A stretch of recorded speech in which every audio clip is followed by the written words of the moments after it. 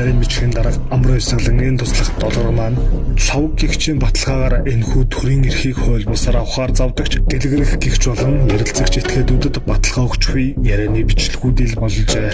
Нэгнийхэн 500 сая урьдчилгааг өгчөөд юм. Чиний нэг урьдчилгаа эдгээр өгчөөд юм.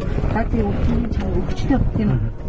Өгчгээд наадвал чи надад гараг бүх байлгаж өгөө заа юу. Өөрийнхөө нэг хүнийг эдгэртээ байнгын цуг байлгаад тэр өнгөгүй байнгын цуг болгоод ингээд одоо нэг манайх ч одоо юм тийм тэр чинь нөгөө гараар тооллого юу хоёр чи хар машин чинь хийчих ёстой шүү дээ.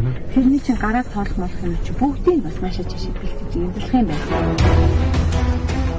Төрийн эрхийг хуулбасаар авах гэмтэргийг хохирогчгүй гэмтэрэг гэдэгтэй бид санал нийлэхгүй.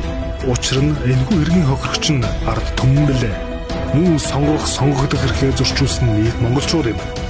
Монголчууд бидний сонгогдох эрхээ дамжуулан эрх чөлөө тусгаар тогтмол төрийн эрхээ хамгаалан бэхжүүлнэ гэдэг итгэл үнэмшил рүү хэсэг бүлэг эрх мэдлэлтнүүд аимшигтайгаар халдаж дарангуйлаа тогтоохыг бид хүлээн зөвшөөрөхгүй.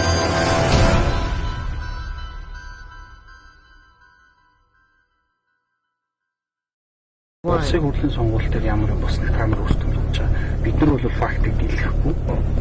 Саналыг тэнцвэрлэх ёстой тооллого дээр аль талаас тоолно те тэрэн дээр зөв гаргаж болохгүй.